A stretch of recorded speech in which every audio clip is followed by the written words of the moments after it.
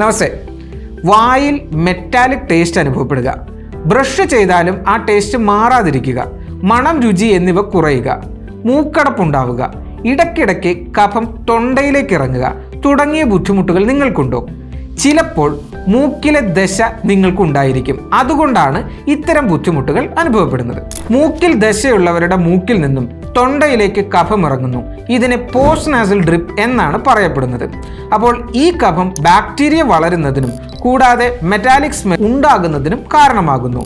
കൂടാതെ ഈ കഫം മണം, രുചി എന്നിവ തിരിച്ചറിയാനുള്ള കഴിവ് കുറയ്ക്കുകയും ദൈനംദിന ജീവിതത്തിൽ സാധാരണമായി വലിയ ബുദ്ധിമുട്ടുകൾ ഉണ്ടാക്കുന്നതിന് കാരണമാവുകയും ചെയ്യുന്നു.